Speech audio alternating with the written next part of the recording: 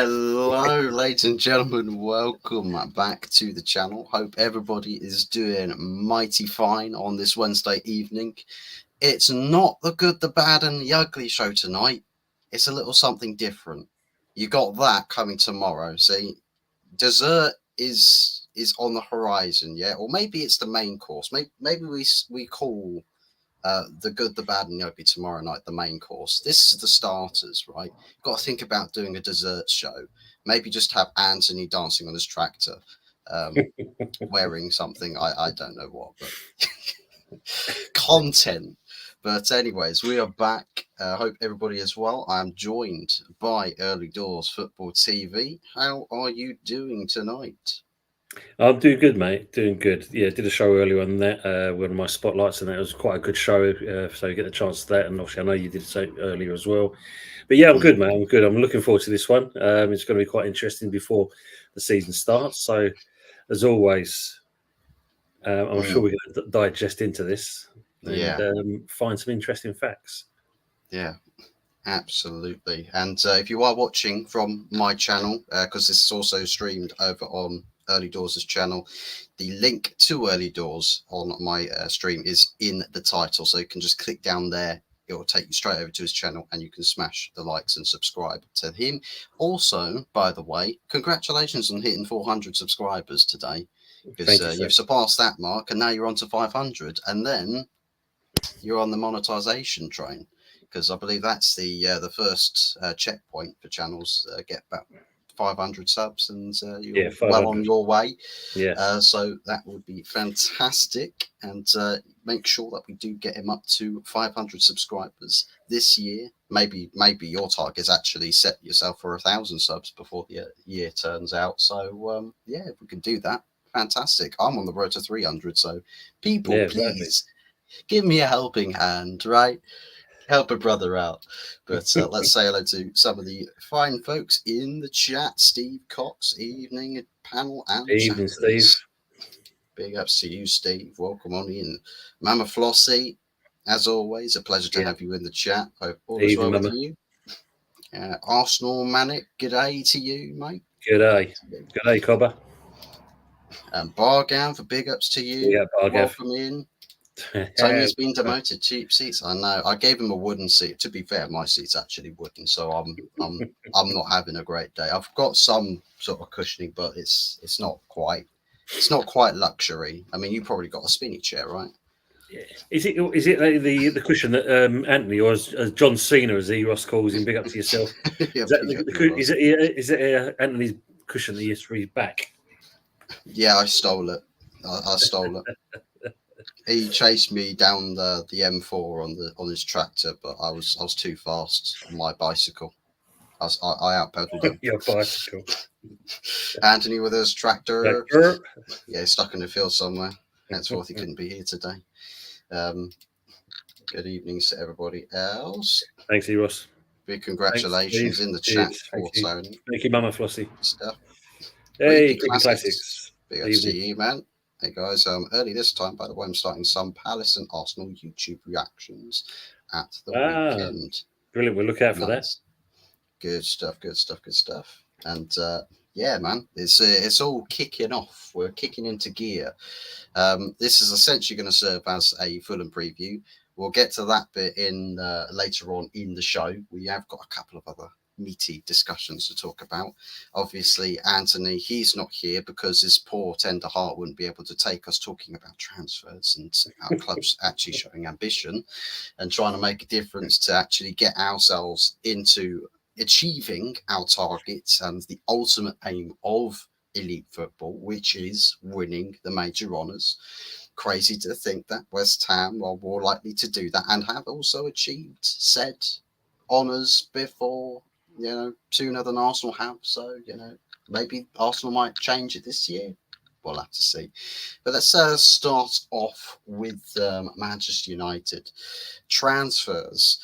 Not as many as West Ham, all right. Not as many as West Ham, but important transfers nonetheless. We have, as you know, the likes of Joshua Zirkzee, Lenny Yoro, Matthias de Ligt, and Nosir Mazraoui. Four players in at the moment. still at least two, they reckon. Definite two, which I believe is Agate and also then another player. As to who the extra player is, probably a left back, because Luke Shaw, he definitely doesn't take or heed Sergeant Ratcliffe's warnings. He was warned by the biggest boss of them all: don't get injured. First training session of pre-season. Oh, he's hurt again. Bastard. Now he's out until the other side of the international break. So that's gone down like a lead balloon. But yeah, in terms of the transfer business that we've done, I think there's a lot of people that rate it, and a lot of people that say, nah, they're nobodies, they're bums. I mean, Tim Sherwood saying, well, I don't get why they've signed Matthias de Ligt. He's no better than Harry Maguire. And I'm just like, do people have a brain? Do people have a higher count of brain cells that supersedes two? You know, do they have more than two brain cells? It absolutely baffles me. And I'd like to grab your opinions on the players that we have signed, because for me, I feel like with the players that we have brought in, the changes that they bring to the dynamic of the first team cannot be understated. One of the biggest problems for Manchester United last season, of course, we can say consistency, but that's right throughout the team. We're going to hope that these signings bring some of that consistency back.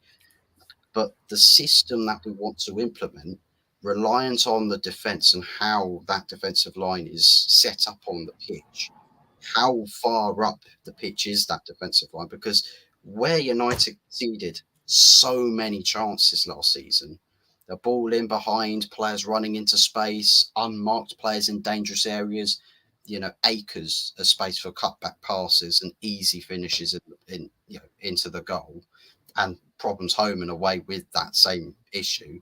I think it was Brighton that beat us 3-0 at Old Trafford. All three goals exactly the same, literally exactly the same, which it was really, really typical. But having these new defenders brought in essentially is going to change that dynamic to move it up the pitch and bring the line closer to the midfielders. Now, what we want is a midfielder who's got good energy, good pace and tenacity, and has got a consistency element to them, so that if there is a turnover of possession, they've got the legs to run back and essentially, with the defence, soak up all the pressure higher up the pitch. Now, I'd like to ask you about these signings from a West Ham perspective. What do you make of the players that we have signed, and what do you think? What are you expecting them to have, effect wise? What sort of effect are you expecting to have on Manchester United's teams or performances this season? I think if you look at your defence, that's the area I think needed kind of strengthening in well, obviously Slabhead in the way, and Luke Shaw kind of aging, de Ligt coming in. I know there's been a mix Holler to Flyfox Pro. So yeah, I think that's exciting in that respect. To say the youngster doing his how's the wife evening legend Tony evening Henry. This again. The fact that the youngsters out for quite a few weeks with the foot. Broke a thing. It was a metatarsal. Metatarsal, had to have surgery on it. Even surgery as well. Wow. So out for even a bit longer. But look at the players you've been getting in. It kind of shows the intention of the progression that you're looking for this season. I suppose the only thing you can say, which inevitably you can see the pundits already talking about it, it's obviously going to be Ten Hag. Is he going to be able to get these players over the line? And the other question I'll ask you as well, Fuzzy, I mean, I'm sure you must know. Are these Ten Hag's players, or is this the new Ineos management that's brought these players in? I think from what I've heard is it's a case that it's sort of manager in the discussions when it comes to deciding what players are going to go for, rather than it being manager just stays out of the discussion rooms. Like he's not excluded, and I think that's what the hierarchy has alluded to several times over the summer, is that there is a togetherness with this unit, that everyone at all levels are communicating exactly what everyone wants to do, what they'd like to do, and sort of getting each other, sending out feelers with each other, just to really get, you know, a broader perspective on things. And I think that's probably the best case scenario for Ten Hag, but also for the board, because it's like the board understand what is it that the guy we have employed at our club, what does he want to do? Where does he want to take this project? And is it within our constraints to go down this path? Does it suit what we want to do? Are there, you know, compromises that we'd have to make this work? Or is this a model that we can absolutely back and get behind? And I think that's what the talks have been across the summer this season, is to build that sort of working relationship and strengthen those bonds, because that's something that didn't necessarily exist before. There was only one person that the manager could at all speak to, and that was John Murtough.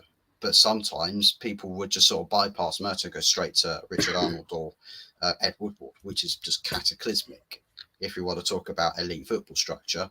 Now there's about 4 or 5 people that the manager can speak to, but 4 or 5 people that would come to him when they're on the eve of a big decision and they say, what do you think? You know, how do you feel about this? And I think it's not so much that he has the last final deciding vote, but rather there's influence there to sort of direct where this is going, to shape it. So that's where personally I believe, yeah, the manager is situated when it comes to doing transfers and incomings. And I think the same thing with outgoings. At least with this time, it's not as much talk from the manager saying, "Oh, I love all of these players," you know, love bombing Harry Maguire or Scott McTominay into like 5-year contract extension, or do a Cole Palmer and just sign them for the rest of their lives, even sort out their pension payments at this point. You haven't got that going on. It's a bit more transparent. So yeah, I think there is positives to look at from that perspective. And yeah, I think you'll see the ups and downs of it early days, but give or take a couple of seasons, you know, I think, and some of the people that sort of look at this from a serious perspective actually think if it works well, you'll see some of the positives, but you'll see all of the positives start following as you sort of trickle along. It's not an overnight thing. Rome wasn't built in a day. It's going to come along in future summer transfer windows. And that sort of begs the question, where we've got the players in now, they are ideally players that the manager has wanted before, has worked with before, or fit what he would want to go with. I suppose there's question marks about Ugarte. There's some people say, well, Ten Hag likes to play with a bit more possession and control. Ugarte is not the sort of player that brings the control and possession. He's great at bringing the ball back into your possession, but he's not as strong as, for example, Zubimendi. He's a more possession-based player. So some people have said, I'd rather you go for Zubimendi personally. That's sort of the same boat that I was in. I was more partial to Zubimendi, but I like the idea of signing Ugarte, good legs and, you know, strong presence, a good bit of height to him as well. So I think it's a signing that makes perfect sense. Would you agree with that? Would you say Ugarte fits a sort of profile of a defensive midfielder, a number 6 for Manchester United? Do you think he can fill that out? Well, hopefully he should do, because obviously, I don't know if you've already seen it. Obviously, Fernandes he's extended his contract with the club now, so that probably allows him to have a bit more freedom on the field. So I think you are missing the defensive midfielder. I think most of your boys seem to want to attack more than anything else. So having that holding person in front of the defenders could be a good thing for you, basically. Yeah. Predicted 4 for United. Good stuff. Coming from a Liverpool fan as well. People commenting on a team they don't watch regularly. Who'd have thought it? Yes, Steve. Well, I'll tell you what, there's probably less need to watch Manchester United for the rivals if we start playing really well, because they'll think, oh, great, there's not as many upsets I get to tune in for now. It's going to get boring quite quickly for the rivals, for the ops, I think. Can't say anything about a player until they sign, yeah. Big up, Lee. Football Dad's Army. Yeah, well, double busy today, mate. Yeah, well, you've been doing some as well, Lee. I've seen some of the shows you've been doing. Big up to yourself, good mate. Good stuff. Start playing on the pitch for the new club. I suppose that's sort of the that's sort of the ordeal that you've got with Wan-Bissaka. Because it's like we had a little conversation very briefly about Kufau or Wan-Bissaka, who fits the bill better to starting down the right-hand side. And I think with Wan-Bissaka, a great signing for you, fantastic in defensive scenarios. From a offensive perspective, it leaves a little bit to be desired. So, I mean, we'll delve into the West Ham side of the coin with the transfer talk. And with the players that you've got in currently, I mean, there's all sorts of people that are saying, West Ham on an absolute madness. They've swapped places with Chelsea, but then Chelsea are still doing the same thing this summer as they've been doing previous 2 summers. For you guys, though, the players to which you've brought in, obviously a huge amount of players, but specifically, I suppose it's not like let's just scattergun it everywhere, just random name drops and just sign, and just stick them through a revolving door. It looks like there's a little bit of planning behind each and every signing. Yeah, I agree with that. I mean, fun enough you're saying about all the Chelsea comparing us to that. I mean, if you think about it, we've bought ourselves a 9-seater minibus, whereas when you look at Chelsea, yeah, exactly, just to get as many players into the door as they can, kind of thing. But yeah, you're right what you're saying. I think, and I've already said it on the show that we do, in the fact that with Lopetegui coming in, him and Steiden, hopefully you'll say, pick up Anthony, have basically sat down together and they've had a remit of what players they want to get. And because obviously Lopetegui's been given this head coach title, it allows Steiden to really go out there and wheel and deal, basically. We've seen that every time he goes out there, he speaks to players and he seems to kind of, whatever he does, he says something and it kind of convinces players, because most of the times when you look at it, he goes out there, as most of us West Ham fans know, if you see that that jet plane shot, the player's coming back to us. Yeah. And that's where it is. Yeah, surprised you went for Mazraoui, to be honest. 73 games missed in the last 4 years. Fingers crossed, no more muscle tests. Similar situation with Luke Shaw, and I was absolutely amazed by this stat. Absolutely amazed. In total amounts of games missed for Luke Shaw equates to about 60%.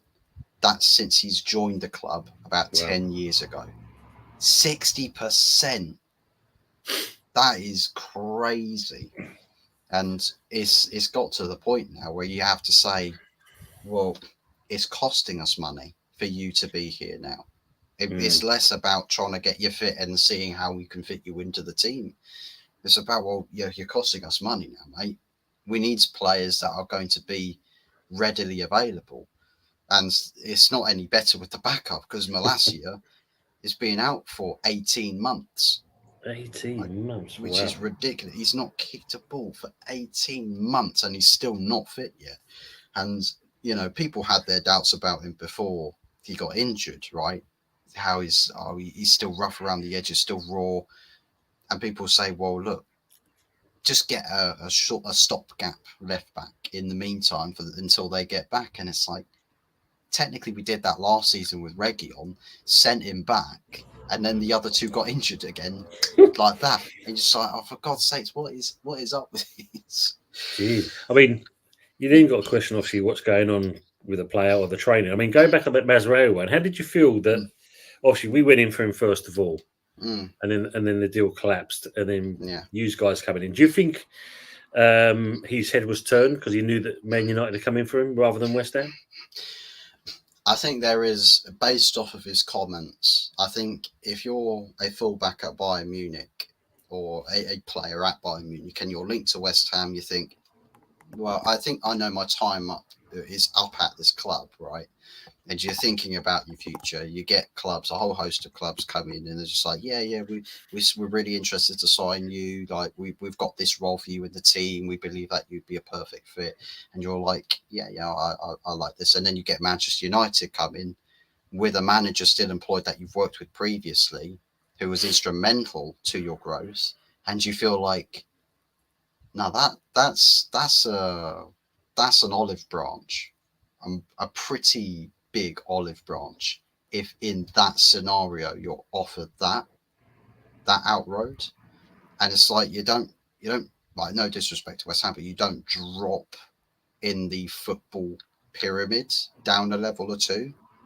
You sort of essentially stay at about the same level in terms of club stature. You go from one European giant to another. I mean, West Ham are massive in Europe because, Europa Conference League winners, guys, come on. But we never noticed. We don't like to brag about it, Fuzzy. That's what it is. You know that we don't like that at all. No. See, especially when Anthony's not around anyway.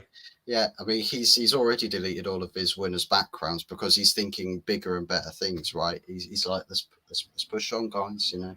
Push on to try and win Europa League and Champions League and Premier League. It's like, it's a club progressing. How many has Shaw done in 4 years? There you go. We've just had that discussion. But big ups to Matt Foster. Good to see you. Hope all's well with you, Steve. I think we dodged a bullet there.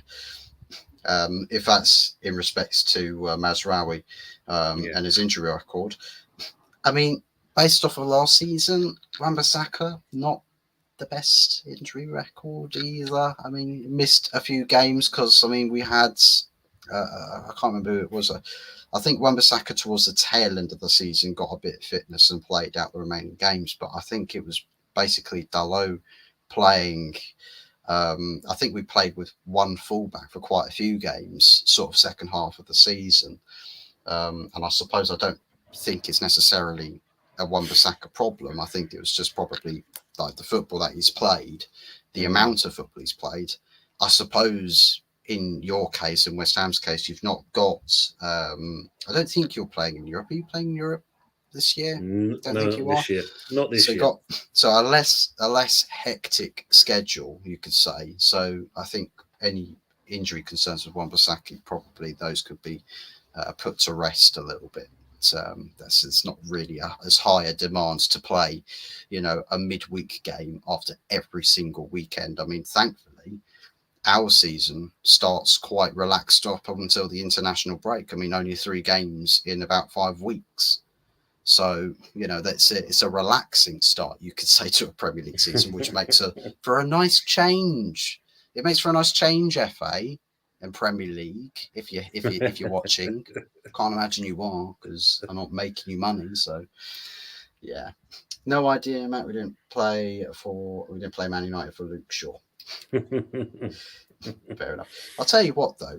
Speaking of Luke Shaw, would it be a typical thing that if Luke Shaw ends up leaving the club probably next summer, that we send him back to Southampton? Maybe. So, I mean, 10 years at one club is bound to be 11 years at one club. You sort of think, well, that's a massive portion of your career.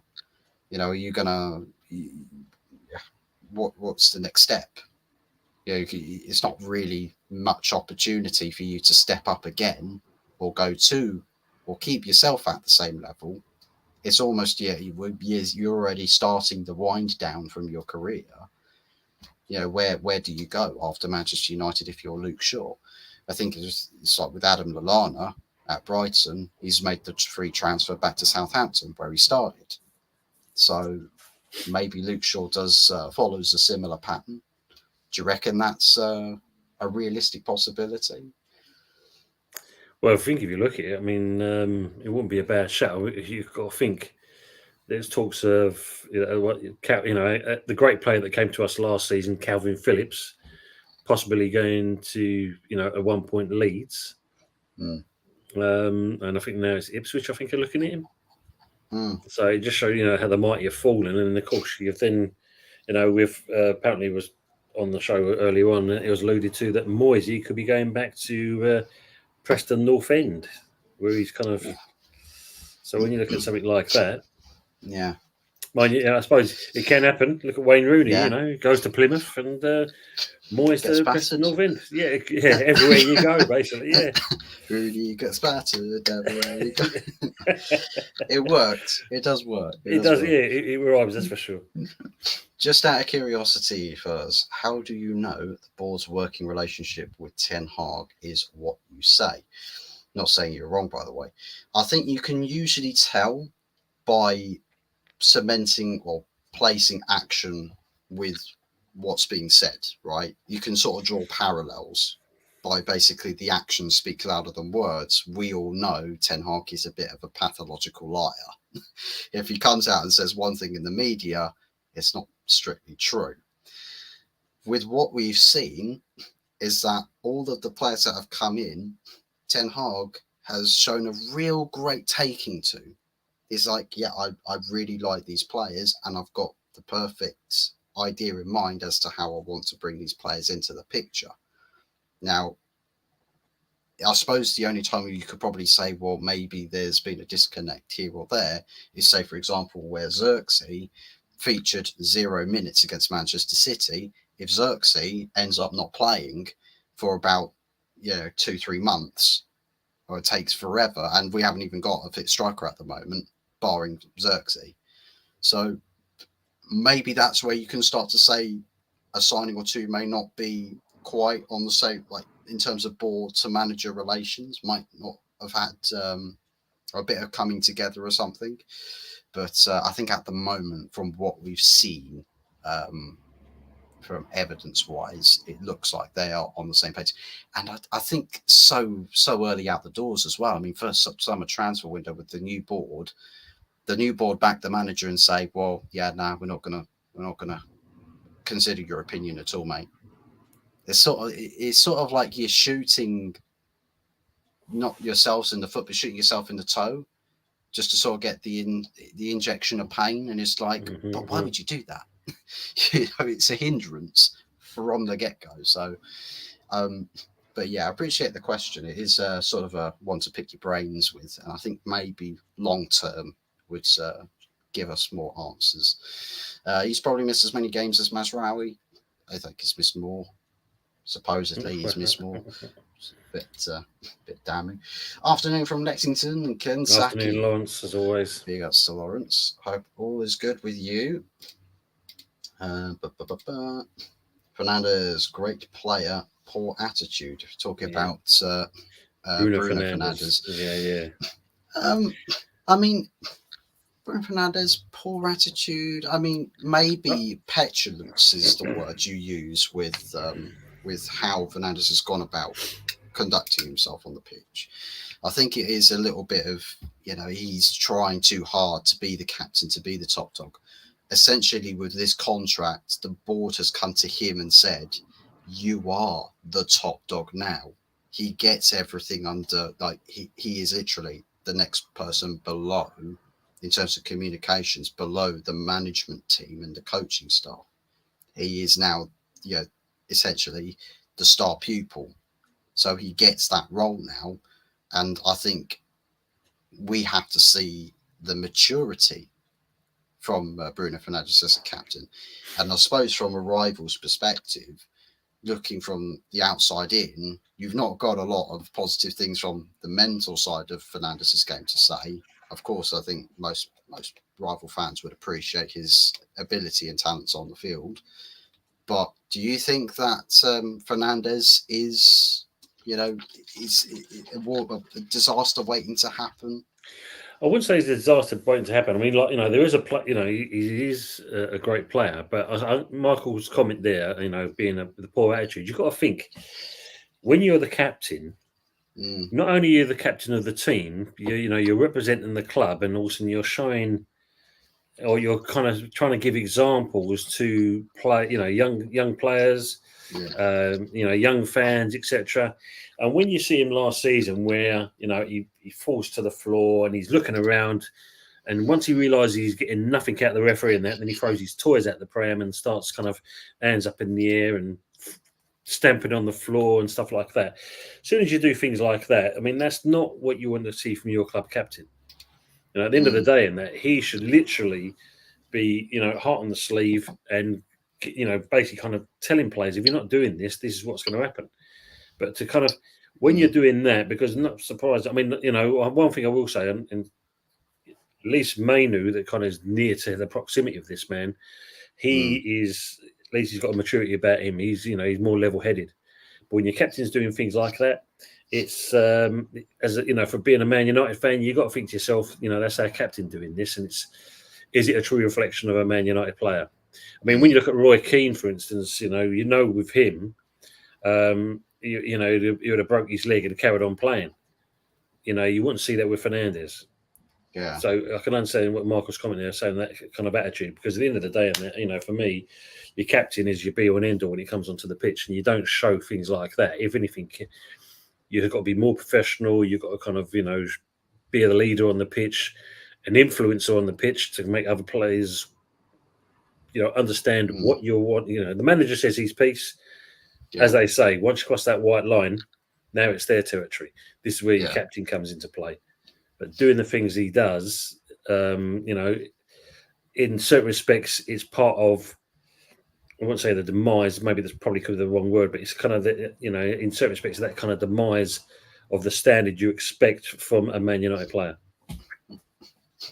I suppose, whilst there is the evidence that, you know, with the kind of standards from a player's perspective or a captain's standard at Manchester United, I suppose with the comments that have been spoken with the contract signing, how everyone's not really talking about, oh, let's make happy memories. It's sort of like, well, the mentality has got to shift, because everyone upstairs is saying, we only expect the absolute utter best from you now.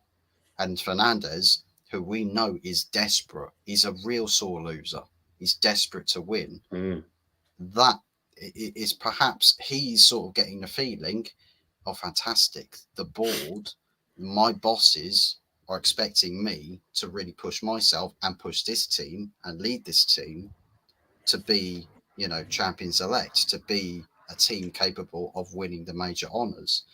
And I think that's maybe where it pushes the team's culture into a more ideal place. And I think that's what, you know, Manchester United squads have had issues with in recent years, is that the culture of the team has not been at a sufficient level, where you've got players that are, you know, not trying on the football pitch, little cliques where you get little like snippets given to media, you know, trash talking your teammates or the manager, you know, little rats in the media, you know, funnily enough, because most people think Bruno's a rat, but rats in the media. And it's like, of course there's going to be disharmony there. And if you're a captain of that, that's got to be massively demoralizing, because if you're like a team leader of a group of people, right, you want to be the best, right? You want to push that team to, you know, drive success, and you want to do it your way. But then you get all of this craziness going on behind your back and sort of like selling you down the river or damaging your credibility, and everyone's seeing this, you know, the damage, and saying, oh yeah, no, yeah, that captain's a big problem, you know, rather than saying, but why is he acting out like that?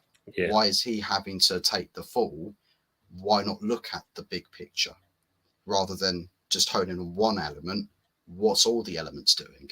And I think with you've got a board that's unified in the vision with the players that want to win, and based off of what Bayern fans have said with Matthias de Ligt and Mazraoui, winning mentality, and leaders in the likes of in de Ligt's case, he has got a bit of a leader's personality.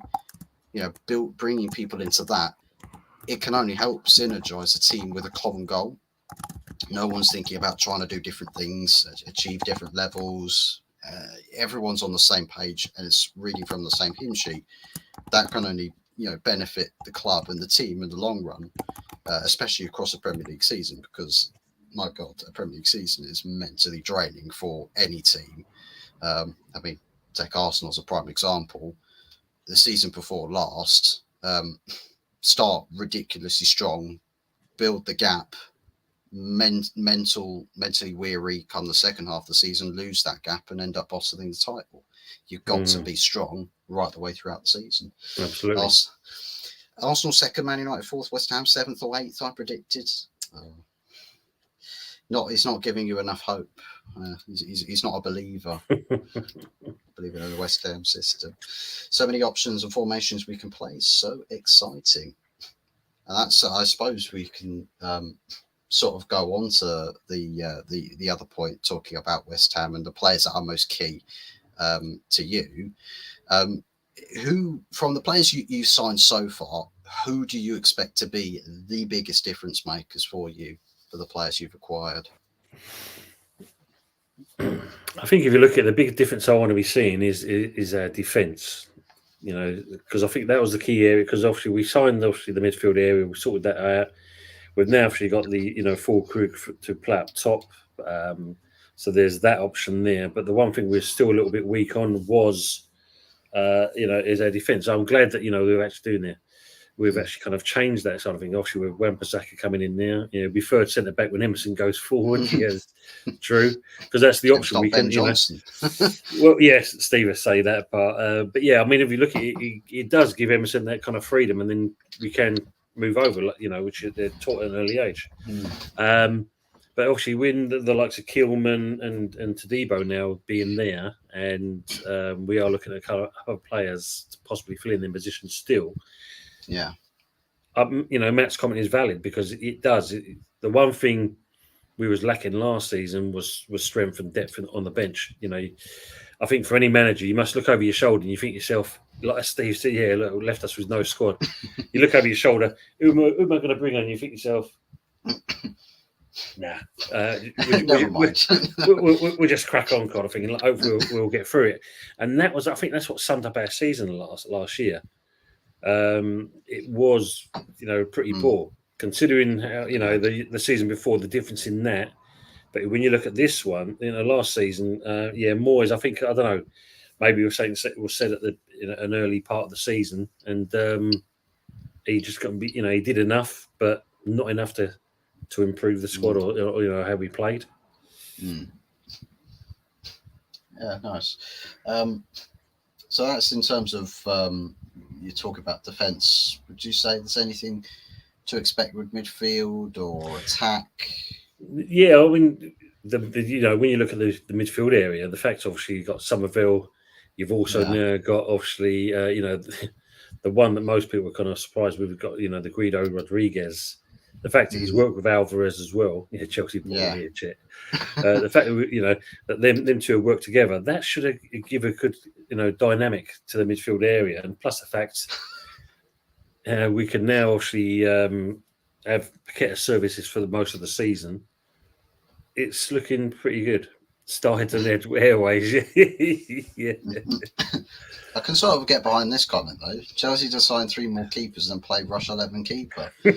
Are Chelsea and Arsenal battling it out for goalkeepers to see who can be the first team to field 11 goalkeepers? Yeah. They're both having to go who can sign the most keepers. Oh God, good shout first. Signings were targeted for need, and hopefully guys Lopetegui can use with his tactics. And I suppose that's what you got to. That's the big question now: is going into the season, what sort of tactics is Lopetegui going to play with? Well, by all accounts, he's he's attack minded, but he also hasn't forgotten. We still need defence. So I think hence why So Debo was one apparently he was after for a long while. So he must be happy that one's over the line. And it was a question mark who we was going to get to play the right back. Now that's sorted. Yeah. Big up Wasim as well. So when you look at it like that, most West Ham fans can agree. I mean, it's exciting times. I mean, it's unheard of this levels of business we've done, especially in a short period of time. Before the season's even started. I know it's probably a hard topic now because there's no players left. There's no players left on the market to sign. You've already signed them all. But is there any players that you still believe that West Ham need to sign? Any more positions that need addressing before you can fully be set to go 100%? This is the absolute best case scenario for West Ham. Well, apparently there's talks of still possibly 3 more targets to be brought in. One Sola, I think there's Zeki is another one, and I think we definitely need another striker. For this we have a nice conversation. There you go. West Ham European champions are massive everywhere we go. Exactly, Lawrence.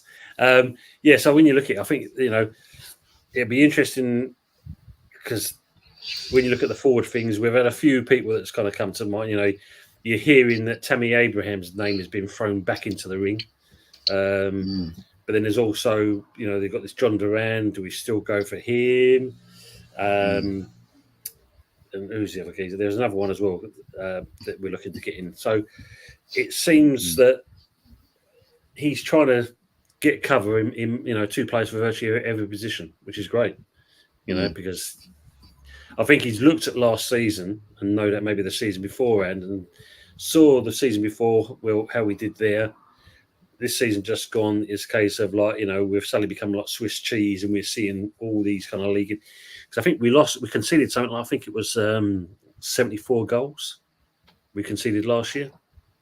So that is in itself. Yeah, it's something that a Sheffield United fan would laugh at for about 5 seconds and realise, oh shit, yeah. About that. Big ups to BBB David. Yeah, big up BBB David. Magnificent. Nicholas Falkirk, yes, yeah. I think that's going to be a nice one to see how that goes. Yeah, because at the end of the day, the fact that you can hold up the play, bring players into attack. That's going to be amazing. And turn that thumbnail for Prem Talk. You're going to affect perhaps more than normal reformats, and I think that's going to adjust. I think a few people's predictions when it comes to say Aston Villa in the top 4, top 5, top 6 talk. Are they going to have the Newcastle syndrome? You have European football, and it causes problems in the league campaign. So I'm sure we'll get into that sort of when we get to later on in the show. I wanted it to work out for Phillips. I didn't. I didn't, obviously. I think the problem with that was when you think what we was getting at the time, when they did interviews with him, he talked the game and how he wanted to do something at West Ham. But when your manager turns around and basically says you're fat and that's one way. You that's fat what bastard. Who ate all the pies? Fat bastard. It is because if you read for the lines, that's literally what Pep said about him. Yeah. Mourinho said it about Luke Shaw as well. But I suppose again, it comes down to the character. I mean, Luke Shaw's obviously a lot stronger mind, stronger will. But for Calvin Phillips, I suppose the fact of from coming from Leeds, coming to a club like City, there's that step up in progression, and surely at that stage, you'd think it'd be nice to be guided that way. But if he's not, how much has it affected him mentally up there? But when your manager turns around and says that, straight away, everyone's going to turn on you. Yeah, absolutely. Deming Lawrence wasn't fit, and Morris took a massive gamble getting fit. He didn't sit on start either. It's interesting you said about signing 2 players in every position. That would be a great sort of move to have for a club if you were in Aston Villa's position, where you've got a European competition on the side. Having good backup is essential for Premier League teams, because for a long season you're going to get injuries, but ultimately when it comes to needing to do Plan Bs, all of your Plan B players are solid quality. They could start for you on the other every other week. It's like Man City, how they go about doing their squad rotations. Players on the bench, you'd say, oh my God, why aren't they starting? But then you look at the players starting, you're like, well, understandable, isn't it? West Ham, although not world-class qualities, still, good enough to start for your team week in, week out, and players on the bench who are equally able to do the same. It's only going to favour you in the long runs, and not just with that, but cup competitions as well. Stronger 11s, and healthy rotation. As long as Lopetegui can manage that, you're set. You could be set for some solid cup runs, potentially push yourself to a final. I mean, Brighton got to FA Cup semi-final the year that we lost it, but then Coventry, it's possible. It is possible for clubs, as long as they get it right with the squad balance, because league, big focus, very, very big focus, but then cup competitions, there's trophies to be won by every club in the country. Because it's a knockout format, just need to turn up for the day, and that's enough to get you through to the next round.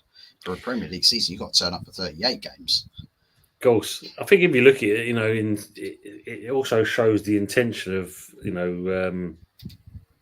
the club, and obviously for the manager that they want to get back into Europe.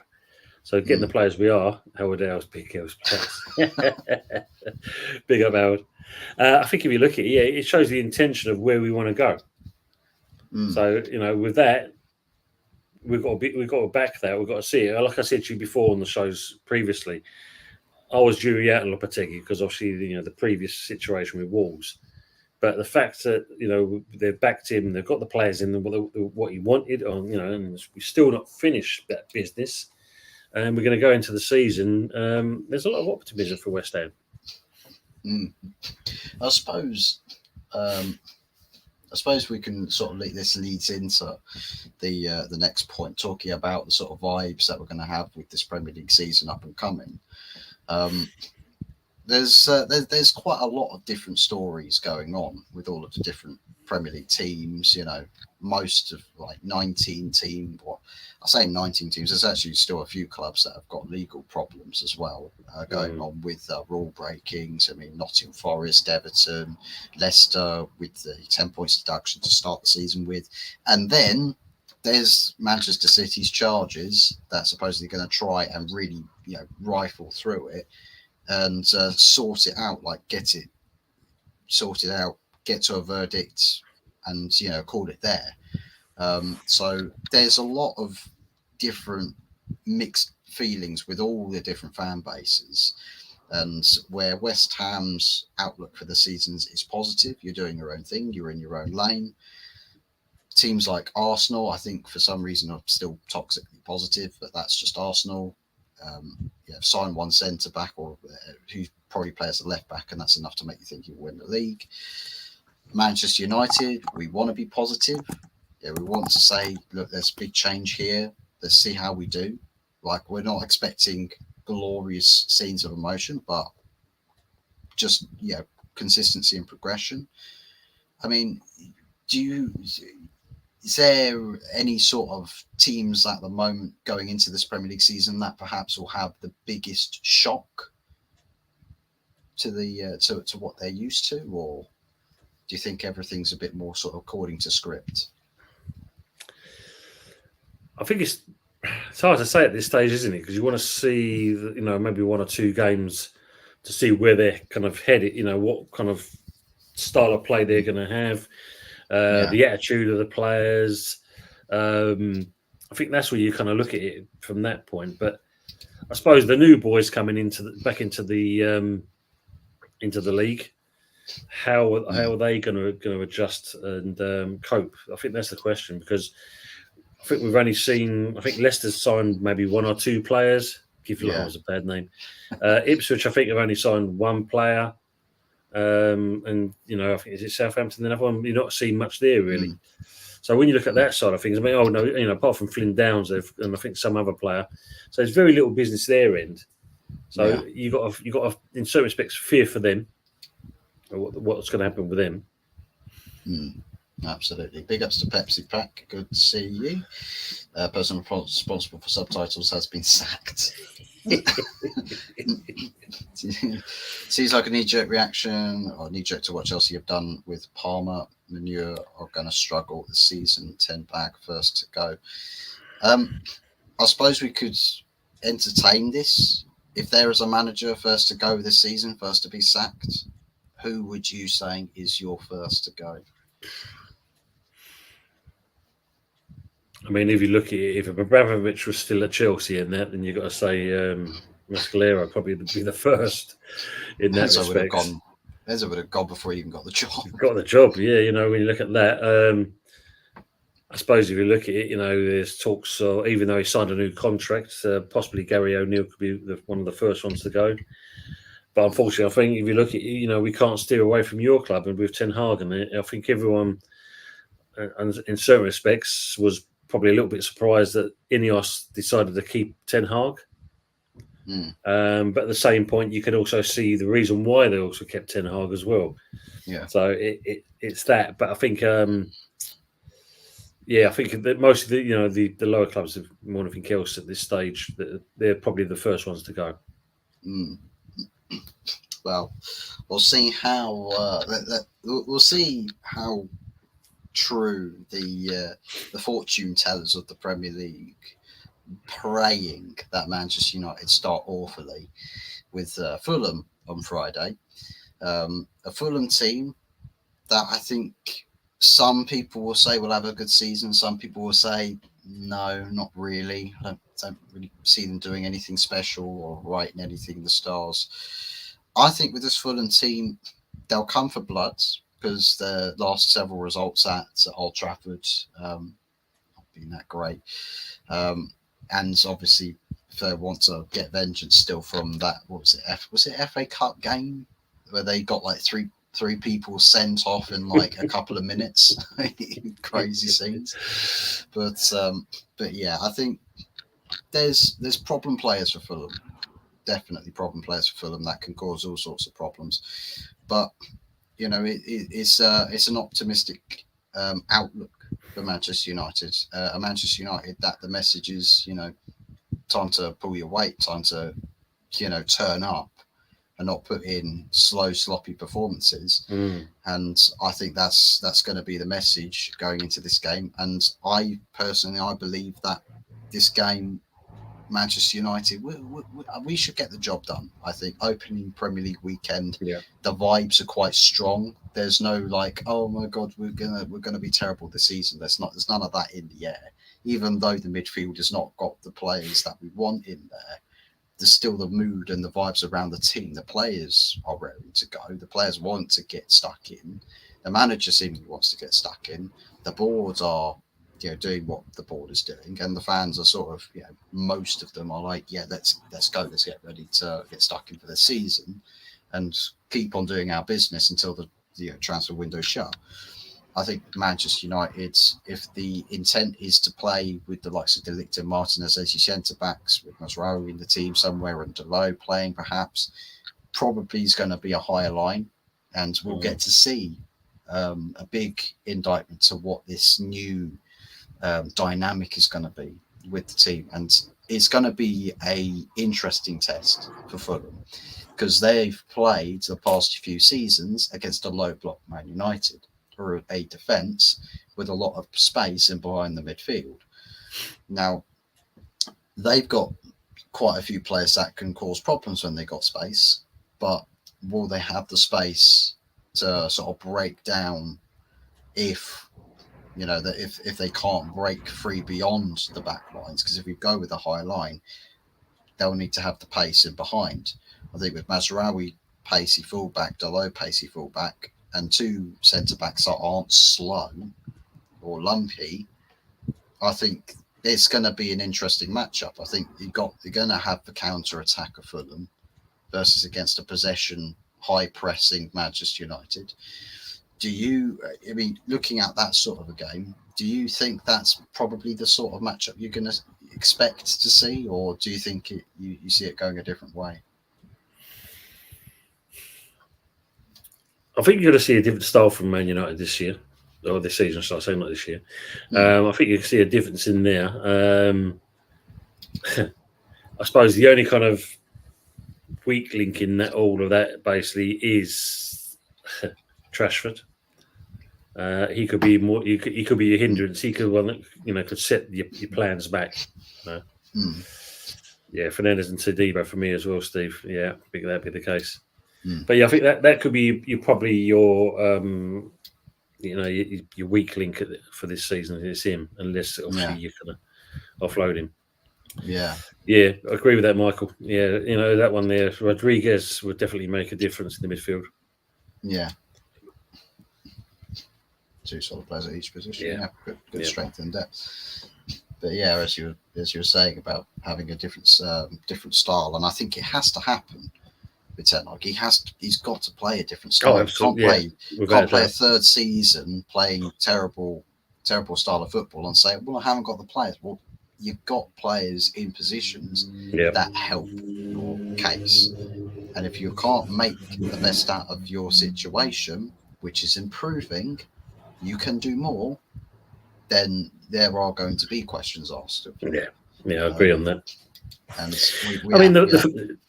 so certainly, I mean, like the Fulham situation there. I mean, they're a strange team. You're either going to get the best Fulham, or you're going to get a Fulham you have got no idea what's going on there. I'm interested.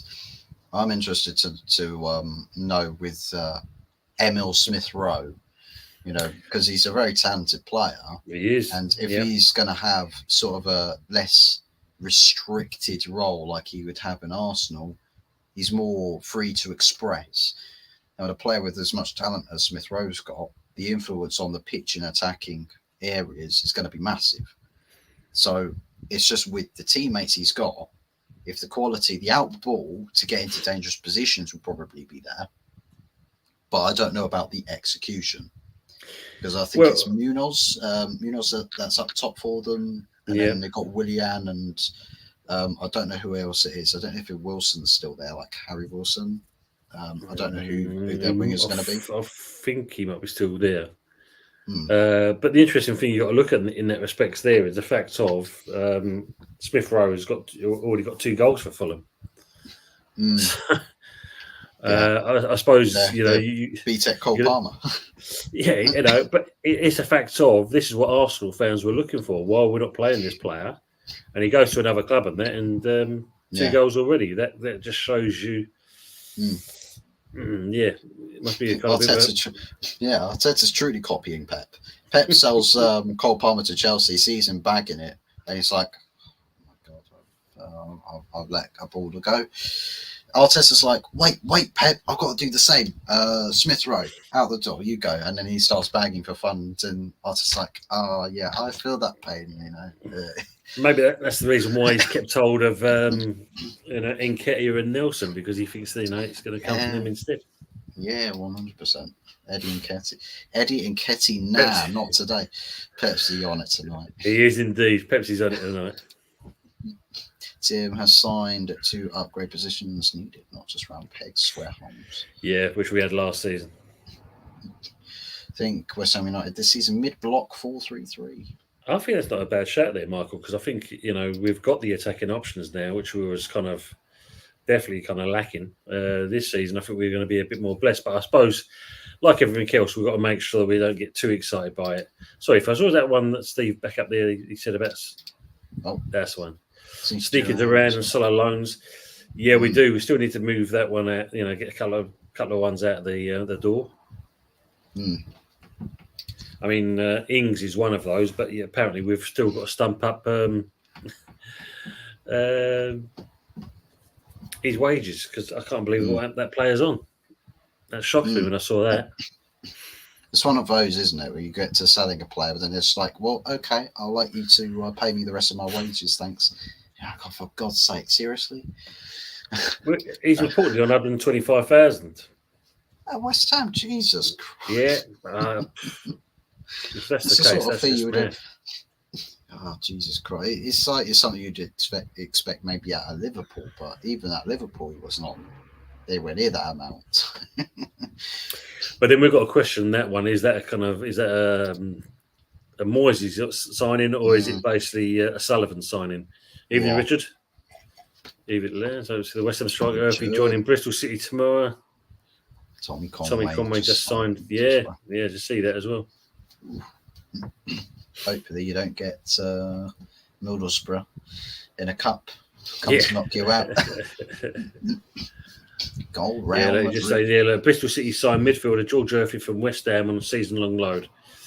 Let's hope the lad does well, because I mean, like, you know, he featured at the end of last season, and you know, he looks like he's one of our promising little starlets. But good luck to him. Let's hope he does well there. Yeah, worst defensive record in their history, and that was with a defensive manager. It's true. Horrendous. Like I think at that stage, like I said, I think he just, you know, he'd given up by that stage. He knew he was out the door. He knew he was going. Yeah, a bit like with Man United last season. The defence is so deep, but we'd still concede 100 chances a game. You know, for God's sakes, what is going on? I mean, I'll tell you what, Spurs, watch out for Spurs. They've got a similar situation, except it's rather coming through the middle as going down the wings. Watch out for Spurs and their defensive capabilities, because their pre-season, they've looked wacky with their defensive setups. We believe it or not, there's a lot of Spurs fans saying that, you know, out you go, Ange, time for you to go. I think their focus got. I mean, Ange Postecoglou, of course, tactically is probably incompetent to that degree, but Daniel Levy's putting these people in place. I'm so surprised that there's just not more directed anger towards somebody like Daniel Levy. I mean, how many years has it been? The guy is the single biggest, one of the single biggest reasons to not having success at Tottenham. It's true. So all of your trophies came before Daniel Levy. Richard, just to let you know, Richard, this is not the good, the bad, and the ugly. This is obviously a show Hot Fuzz has got on for. So we're on tomorrow night, Richard, 8:30. The good, the bad, and the ugly. We're on 8 tomorrow night. Yeah. So, but I like already. You see that? Look, I see Ant not on here. I could have stepped in this evening, and you'd have got more subscribers, more likes, more views. Yeah, imagine that. We just replace Ant with Rich. Oh, that is a question, Lawrence. Is West Ham going to offload Ings, Cornet, and one of the one-legged ones as well? As I said, Lawrence, I mean, the biggest problem for me, and I couldn't believe what Danny Ings is on. Cornet, you know, you've got to feel for the lad, but at the same point, we don't. If we're kind of moving in a new direction now, then players like that, they definitely need to move on. Because obviously, if you weren't, I'm not sure, was aware, Fuzz, he obviously went to this Saudi club, had his medical, and then there was complications in the medical. They found a cat. Couldn't pass the test. His blood pressure was too high. Lost for his kneecaps. The cats came back. You see, in Saudi Arabia, the cats kick you. We realised it was that way. All the cats were too big for him to kick. So, because they have tigers out there. Pet tigers in Saudi Arabia. Forget little house cats. They've got tigers, lions, you know. But Jesus Christ. Breaking news. Oscar Bob has fractured his leg out 3 months. Yeah, that's a shame. I mean, it's basically the equivalent of someone like a Garnacho or Kobe Mainu having an injury. It's just like, you know, quite a big player, significant player for City. As he's, he's sort of on the up and comings. That's the next. That's the next guy. That's wouldn't know what sort of player to compare him to for like higher levels, but key nonetheless in terms of a squad presence and to come on to do a job. Big problems, unfortunately. Well, the thing is, in City now, I mean, obviously they've got already 65 million in their pocket at the moment, and they're going to get the balance soon after, so they can definitely kind of move on. And that. Big up, Frankie. How are we doing? We're all good, mate. Good to see you in here as well. City. I think now this is probably going to force Pep to maybe look at one or two players now. Calvin Phillips. Yeah. Nothing wrong with his knees at all, Steve. Sounds like a racehorse name. Oscar Bob. To be fair, it does. I've got Leeds 0, Borough 2, and I played Go Carrick. Yeah, Michael Carrick. Yeah. There you go. West Ham are massive. Former West Ham. Exactly. Yeah. Everywhere they go, it's crazy. But we've spoken about the Fulham game. Perhaps what to expect for that. A little bit of an insight, perhaps, into the West Ham versus Aston Villa on the Saturday. I think it's the last game of the day. It is, yes. The evening, the Saturday evening kickoff. As you said, it's the battle of the big spenders in the transfer window. Yeah. I don't know if there's anything come through yet as a kind of upcoming. Let me have a quick butchers. Don't want to be controversial. Players like Phillips jump at the chance to move to City without doing the maths. Yeah. Same as Grealish, the players. Well, yeah, it's very true. I would like to see Grealish go to a club where the manager doesn't tell him to just play keep ball down the wing. That just tells him, right, how good are you? I'm pretty good. Right, okay, I signed you to be pretty good, pretty damn good. Get on the pitch and make a difference for us. I like to see more managers do that for some of these players.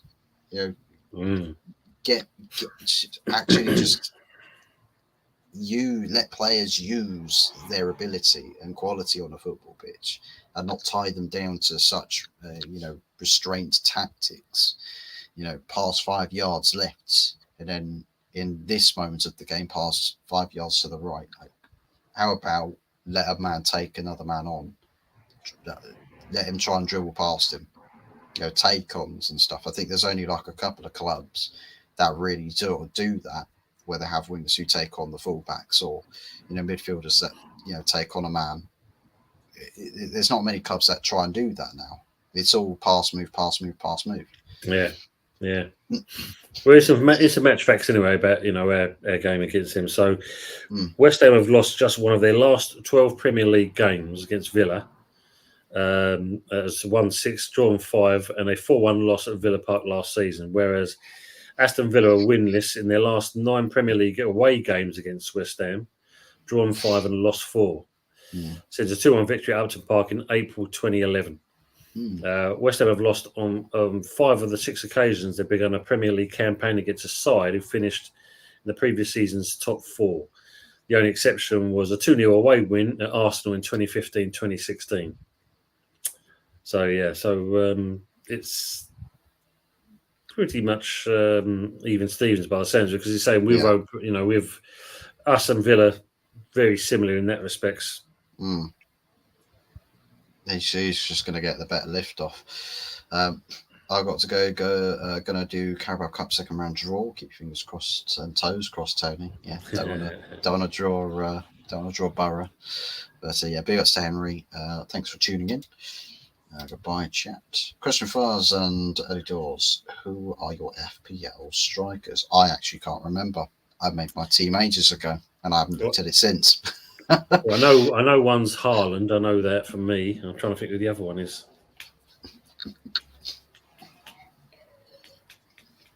If Anthony's in here, Joshua Xerxes. That's the one. That's the one. This way he just never plays, and it's like, oh, for God's sakes, now to sub him out, and then when we sub him out, then he starts playing.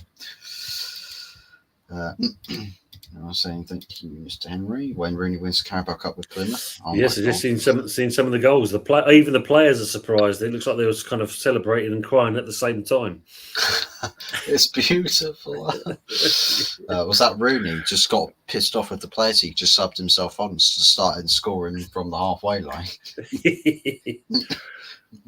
Like he did against West Ham at Upton Park. Yes, remember them? But yeah, Adrian getting caught. Adrian getting caught out. Yes, remember that. Oh. Well, goalkeeper Adrian was a proper shit house. Was it like a charity match or something where he decided, I'm going to run the full length of the pitch and score a goal? Yeah. No one wants to go to the bin.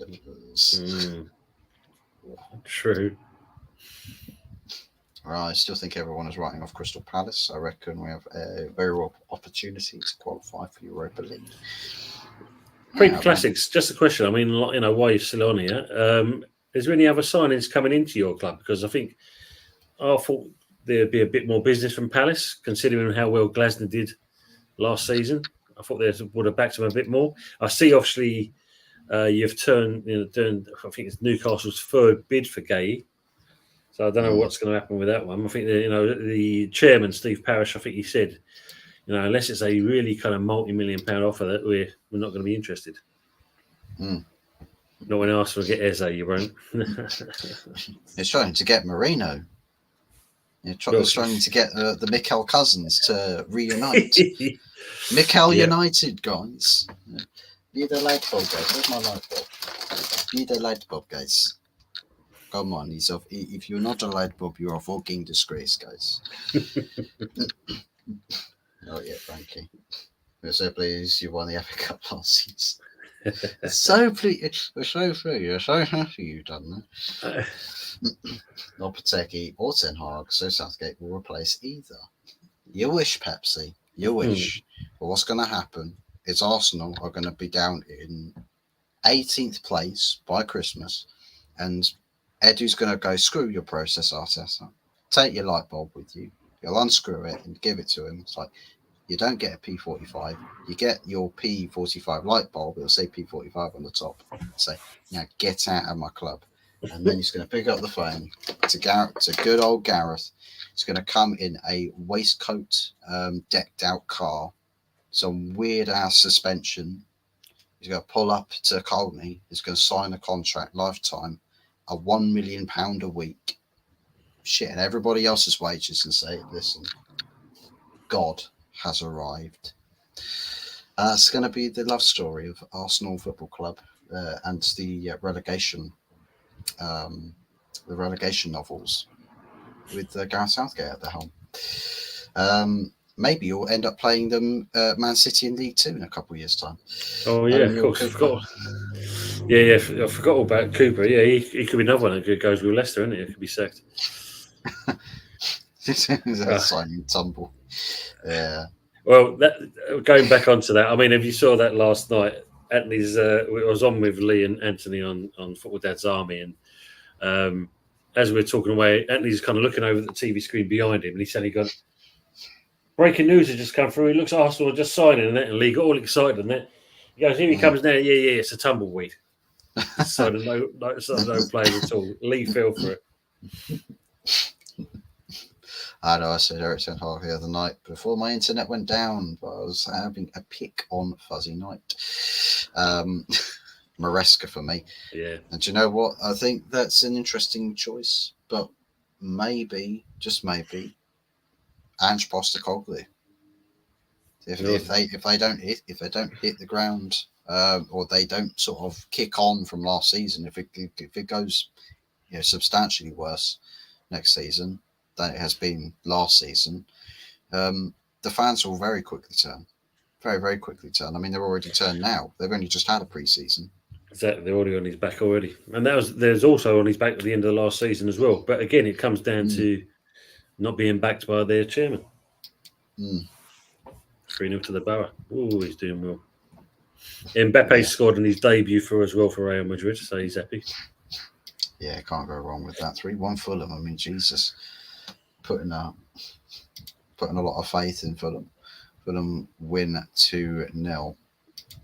Okay. I think it's I don't know if it is just the case that Man United have actually started acting serious, that all the hate has come out for United. You know, they've all started. They've all sort of said, "Nah, let's burst this pipe dream, this bubble. Let's burst this bubble before it gets too big." I think it's hope. I genuinely think it's copium. They're hoping that there's a big downfall because if it all goes Pete Tong for them, and we start doing well, you know. And I mean, Lee Gunner said it. He literally made a video about it, and he's completely sarcastic for most of it. But in the one serious moment, he actually said, "Well, look, if they do get their shit sorted out, and they get a proper money stream and everything, they will probably turn into the Real Madrid of England, and they will dominate legitimately." And that's a big problem because as Man United, they actually understand. They start to understand what it takes to control the league from a footballing perspective. That's problems. That is big problems for other clubs because everyone's sort of at the moment preying on City's downfall. You know, they got to the promised land by cheating, allegedly. Don't give me cease and desist letter. Allegedly cheating, and everyone's sort of like, well, yeah, get them out of the way, then everyone gets a free run at the title. Well, Man United sort their problems out. It's going to be a very long day at the office for clubs trying to beat Man United to the title, but that's then. Yeah, this is now. We have to. Yeah, I think there's a lot of things that have got to go right for Manchester United to actually get us back to that sort of situation. Bodie's trigger finger is twitching before a ball's been kicked in ankle. Yeah, it's true, Steve. Yeah. Oh, people are writing Liverpool off. They ain't done much business, but now, they're just tweaking. Funny on that kind of comment there from Frankie. And I don't know if you, a colleague of mine at work today showed me apparently, and I don't know how true this is. Louise from Liverpool. Is it Louise from Douglas Liverpool? Louise. Douglas Louise. Not. Is it Douglas Louise? No. Yeah, Douglas Louise. Yeah. Who did he say? No, Lewis. Is it Lewis Diaz? Lewis. Yeah, Diaz. I was thinking of the Aston Villa guy. Yeah, of course. Diaz, that's the one. I'm sure he was talking about going to City. Say what that I think that sort of a move would really send Liverpool over the edge, all the fans at least. No, not signed a player, not signed a six, told everybody we're not going to really go for a six, then sell a key winger off the left side of your attack to a rival for a title, and then not really act upon it, not really do anything with it. That's basically the board saying, well, we just love money. We just love money. We roll in it. We bathe in it. Shame about the fans. They can't do what we do. So it's just, God. I think if there is any truth behind that, it will definitely tip the scales there, because obviously for Liverpool and that's like 4 steps backwards. Man United will struggle. There is no togetherness now. There's more togetherness than there's been in 3 years. Ten Hag did the job about 3 years ago. So I think different. I personally think different. But we agree to disagree. Apparently, linesmen for Friday's match will be travelling down the lines on jet skis. Armbands all around the stadium. Hopefully, well, actually, there shouldn't be, because the weather's supposed to be quite good on Friday. Not too hot, quite nice, quite ripe for a football match on Friday night. So should be interesting. I'd have taken ESR at West Ham. Yeah, I would have done as well. I think a lot of clubs would have done. A lot of clubs. If ESR had given a free roll and game time, he will flourish. His timing is great. His talent, absolutely. Definitely. Liverpool don't need much. Well, they don't need much, Liverpool, but they need key. Like they need big key. Like big difference makers in key positions. So the one thing I don't with FSP or FSG. Is it FSG? No, FSP. No, financial sustainability. Yeah, as the youth players are now just being used and abused by all clubs to enhance books. Yeah. Well, I mean, for young players, I suppose it's sort of a case that rather than being sort of like used and abused, I know clubs will probably say, yeah, well, sorry, mate, you're expendable. I think it's a big opportunity for a lot of these younger players to really test the limits to their ambitions, because I know a lot of youth players will say, well, I want to stay here and, flourish into this club's first team. Well, I've got to go find other ways to flourish my career. And sometimes players that do make that jump find their way to the top level by doing that instead of sticking to their guns at one club and then eventually just sort of becoming that sort of player that gets sold at the age of 23 from the under 21s or reserves, goes to a championship club and sort of stagnates their career from there on out, rather than early, with the potential still there, getting the move early to a club that turns out, oh wow, their facilities are actually beneficial to me. I'm improving and I'm learning a lot as a footballer in an ideal scenario. Turns out, although it's not the club I wanted to be at, comparatively to my old club, the setup works better for me, and I'm seeing the benefits for it. So there is an opportunity. It's like with every cloud has a silver lining. I think it, though may not be ideal in all cases, there's an opportunity for those younger players to actually test themselves, push themselves, because it's brutal. The elite football, really, really brutal, and I think you've got to have a brutal mindset to swim instead of sink. Don't know if you'd agree with that. No, it's true, because it's a big thing now for clubs, isn't it? They've got to make sure they've got it right. System of FSPPSR doesn't work. Definitely, and no one is talking about them. Yeah. This ain't the good, the bad, and the ugly. It's the good and the bad, I hear. Yeah, sorry. Yeah, it got the ugly. The ugly one's got other commitments. I swear, early doors, your head is getting smaller and smaller. That's strange. He's a West Ham fan. He should be getting bigger and bigger with every signing that they make. He should be looking like Megamind without the blue skin hue. He'll be there. My head is massive everywhere I go. If he's one of those kind of things. No, I mean, at the end of the day, it's that you just move further away, or you can come in and that. He had to buy a convertible because his the roofed car couldn't fit his head in. Couldn't fit I had to make sure I could fit it into the frame of the pitch there. Look, with that part. Just get my head in there. That's a frame. That's a warning frame. It literally screams at people who walk past. It's like, watch out. Big head turning left. They found a litter tray in his hand luggage. It's Kurt Zuma. Ing Zuma and Mickey went this window. West Ham United would say 50 mil in wages. Wow, that itself, yeah. I'll tell you what, this bit like with Man United, we've with the sales that we've made, we've raked in 60 million, which is probably the highest that we've had for quite a few transfer windows. But the wages that we're not paying this year or this season comparatively to last season, I mean, several players on 350, 250k a week not kicking a ball. Big improvements for players that are going to kick a ball for about 100k a week. So, significant savings on the wage bill, and will free up spending in summers to come as well. So I'm happy with that. Pep will be looking to strengthen for League Two next season. That's why they got McAtee. That's why they got McAtee in the team. Because it's like, well, why would we need to loan you out? We don't need to loan you to a League Two team because we're going there ourselves. Pep won't be there next season.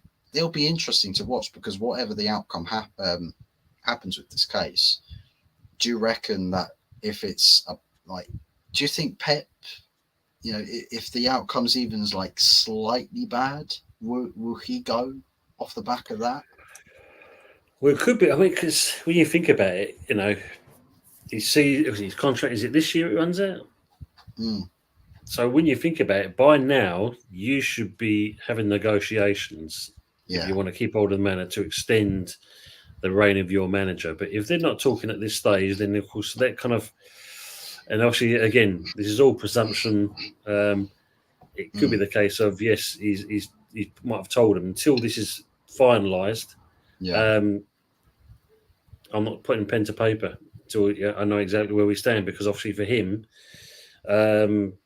one, you don't want to tarnish your name, and secondly, if you are going to face a case of possibly going down or massive points deduction, whatever, that is going to be the case of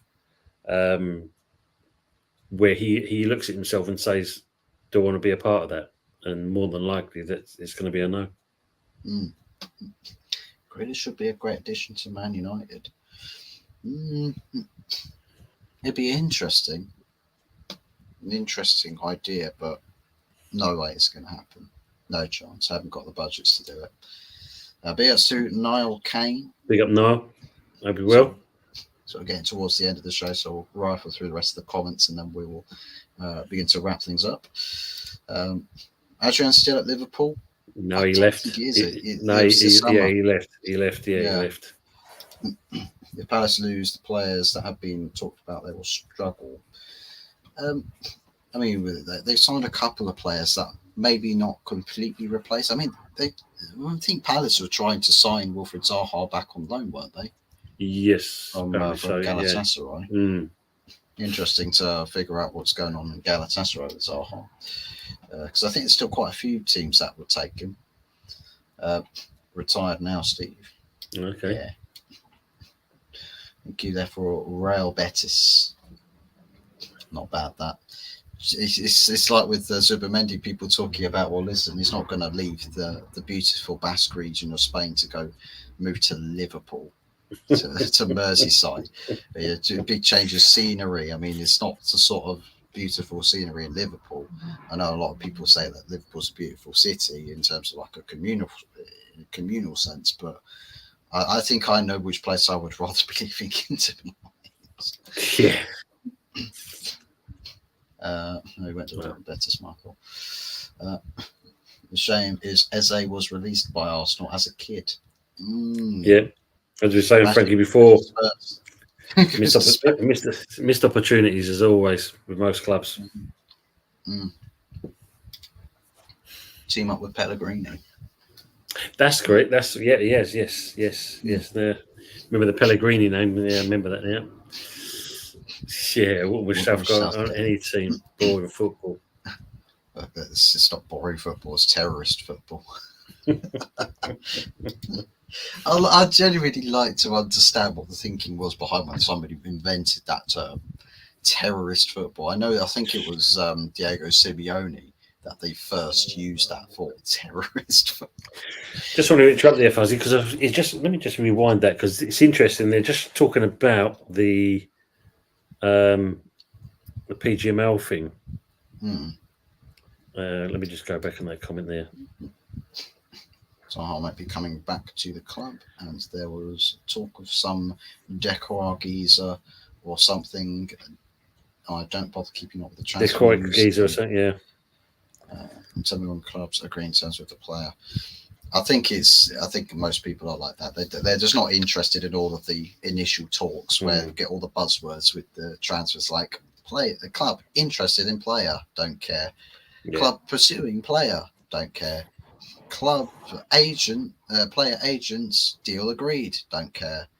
Player comes to do medical with club, don't care. Player holds up shirt with contract signed, yay! That's basically how I think football fans would like. That's how it used to be, though. Was it? Yeah. I mean, tell me I'm wrong, but that's how it used to be when nobody really cared about if there was a Fabrizio Romano out there back in those days, giving you every micro detail as to what's going on with players and clubs.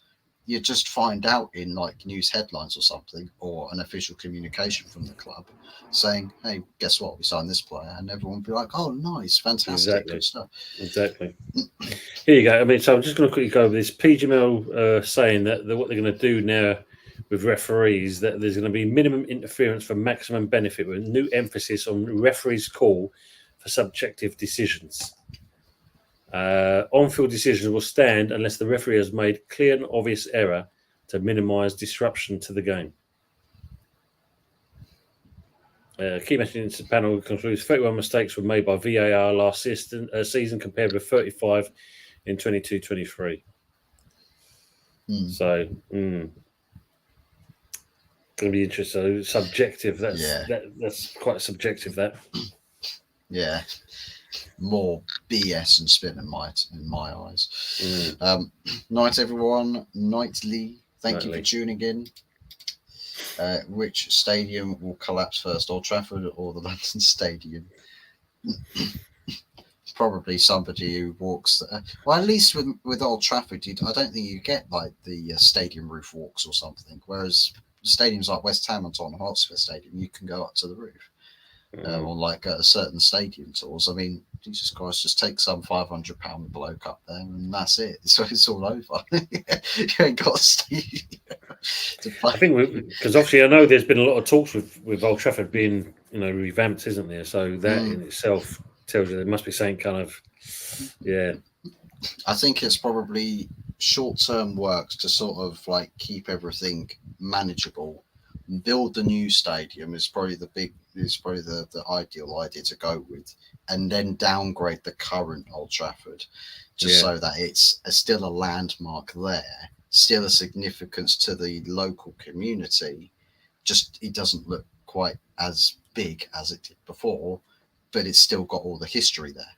So I think, although people will say, "Oh, well, it's not as big anymore," doesn't matter. They've still got all the history.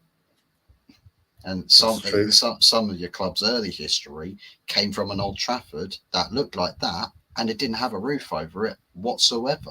That was the early Old Traffords, right? Like way back. Literally, you just had one roof over one stand, and that was it. So, but yeah, either hopefully Michael don't want another Hillsborough incident. I wouldn't have imagined that there would ever be a Hillsborough incident with how they manage the game. I mean, I suppose not in the stadium. I've know there's been quite a few crowd incidences outside the stadiums. I think Liverpool, I think it's for a Champions League final or something, where there's problems getting into the stadium, and there's borderline stampedes outside because of it. I think there's those troubles that I still think is a cause of concern. But yeah, nothing interior stadium though, not to what I think. Yeah. Jokes aside, I saw a video of someone filming a Man United tour recently. The stadium actually looked good. I think most parts of Old Trafford still look good. It's just the foundations of it are old and not really updated. I think it's the updated side of things that are not really, the biggest issues with Old Trafford. Trophy room and museum was impressive. Bigger trophy room than Arsenal, What can you say? Big up Early Doors and Hot Fuzz and Chat. Big ups to Goat Says. Big up the Goats Football. Everyone's doing well, winning in life today. I am winning in life. We're live. We're live, so we're winning. Double stream for Early Doors. The best never rest. Appreciate that. Thank you. It will take years to settle because of appeals after the ruling. 2030, they reckon it could go out to. Subscribing to the channel, getting tagged left, right, and centre. Oh, okay, interesting.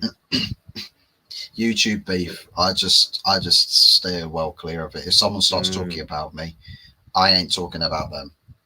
I'll put it that way. I'm not talking about them. I just don't care. Yeah, kill the conversation, ain't it, that way? Yeah. So let them just scream into an echo chamber. Literally talking to an echo chamber.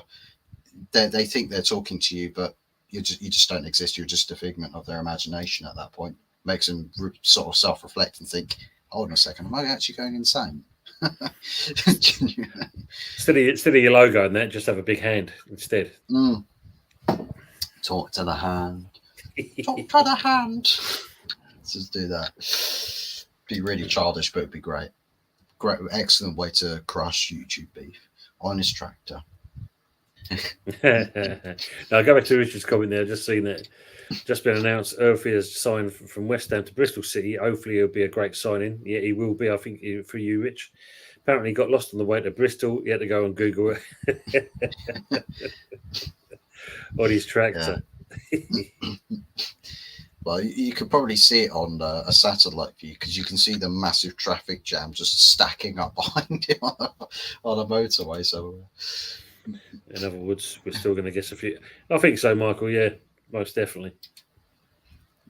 Bristol are not in second round draw. Shame. Real Madrid won the Super Cup final 2-0. That's another trophy in the bag for Real Madrid.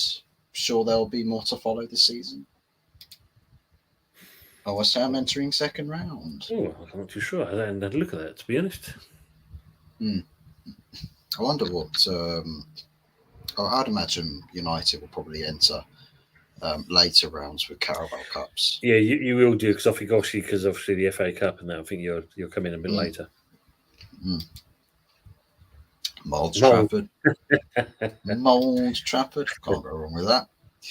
I don't blame VAR for the rest poor decision making. I'm going to throw my towel cutter away because I don't know how to use it.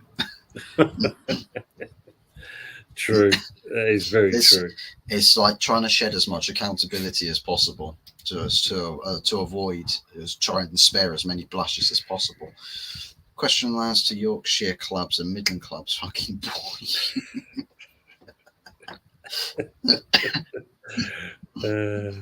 Well, only one really sort of Midlands clubs.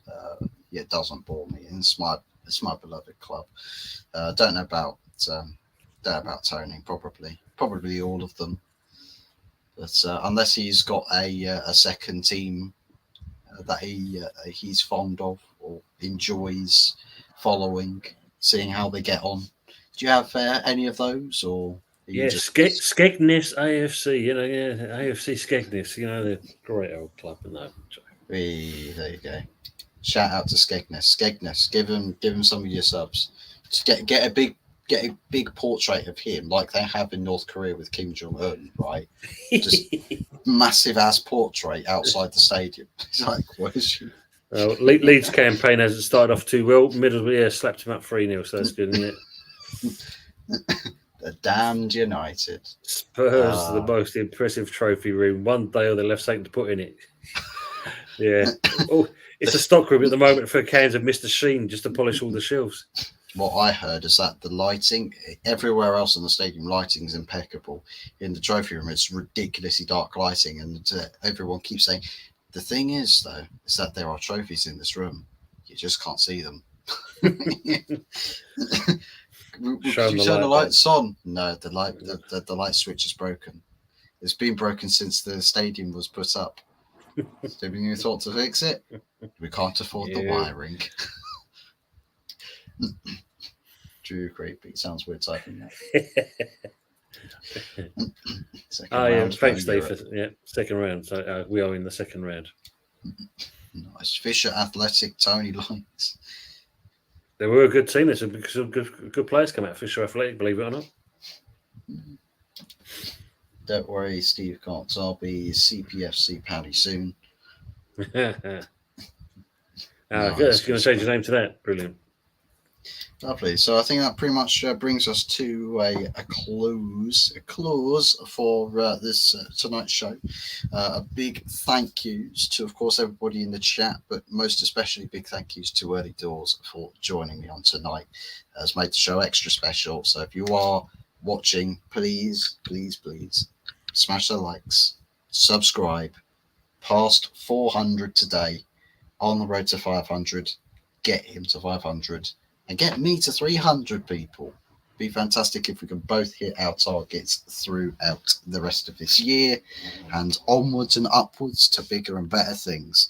Tony's channel's on the way to monetization and Fuzzy's channel's on the way to another milestone, and hopefully his club can go win something this season. So we can both be happy in that way. But Tony, what's aside from tomorrow, the good, the bad and the ugly, anything else coming up on the Early Doors Football TV YouTube channel? Yeah, Sunday, obviously, we've got the Sunday night takeaway show. I'm also looking to try and do another spotlight. I'm kind of contemplating if I'm going to do a watch along for West Ham's game on Saturday. I'll see my kind of timings are. But yeah, they're the main ones coming up. And of course, then next week, be back to normality for Wednesday with the good, the bad, and the ugly. Good stuff. 13 Premier clubs come in second round draw. One's playing in Europe comes in round 3. There you go. Tony C. Lee thumbnail FDA. Let's have a quick look. A Palace trophy room is for the strange, unrecognisable trophies. It's a bit like the Costa del Sol trophy that Tottenham have won or something. Titles as a major honour. No, Anthony, I haven't seen anything. I don't know if he sent it as an email, but I haven't seen anything as yet. It was through. Oh, it was. Yeah. Big thank yous to Steve. Thank you for tuning in. Cheers, Steve. Big ups to Creepy Classics. Thank you as well to yourself for tuning in. Creepy Richard. West Ham draws Millwall in the next 10 minutes. Draw is. And Frankie as well. Thanks for being in, Frankie. Yeah, unfortunately, I'm not staying live for a draw because. Because I think Pepsi was asking, are we staying for the draw? But it's in 10 minutes. I won't be.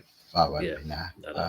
I've got other things to do, and I want to get an early night tonight. Almost fell asleep after my alarm went off for work this morning. Had to rocket shit my ass into the car to get down to the station. Yeah, can't miss out. I can't miss the draw for work. So yeah, that's. Last night's show, mate. I'll have a look, mate. Let me have a quick. Let's see if I can see his thumb there. Bear with me, mate. While I've got you on his fuzz. Yeah, no worries at all. But yes, over here as well as over on Early Doors Football TV, you'll find the Good, the Bad, and the Ugly show tomorrow night, 8:30 p.m. The usual time that we would have it on a Wednesday. Expect it Thursday, and probably what can we expect from that show tomorrow? Sorry, but I'll just see the thing. He's got my eyes closed, Anthony. I'm asleep.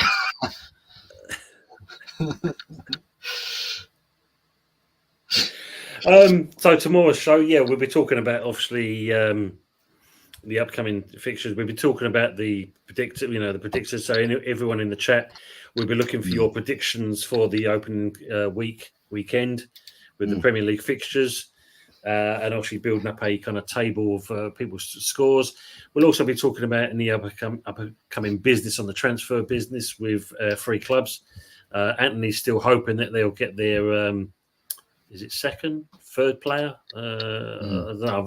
I've lost count. I ain't got enough fingers on my hands to count it. Lovely, mainly not involved. So sod you lot. Yeah, that's why.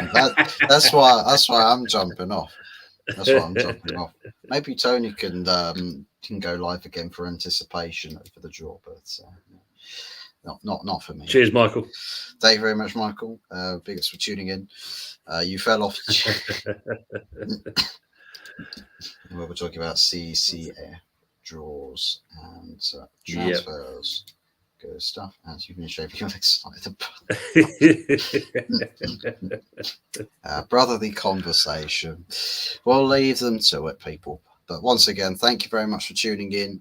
Been a blast of a show. Really enjoyed it tonight.